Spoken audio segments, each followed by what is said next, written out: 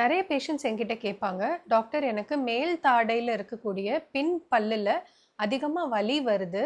Check பண்ணி பார்த்தா சொத்தையும் இல்ல, ஈரும் ஸ்ட்ராங்கா இருக்கு.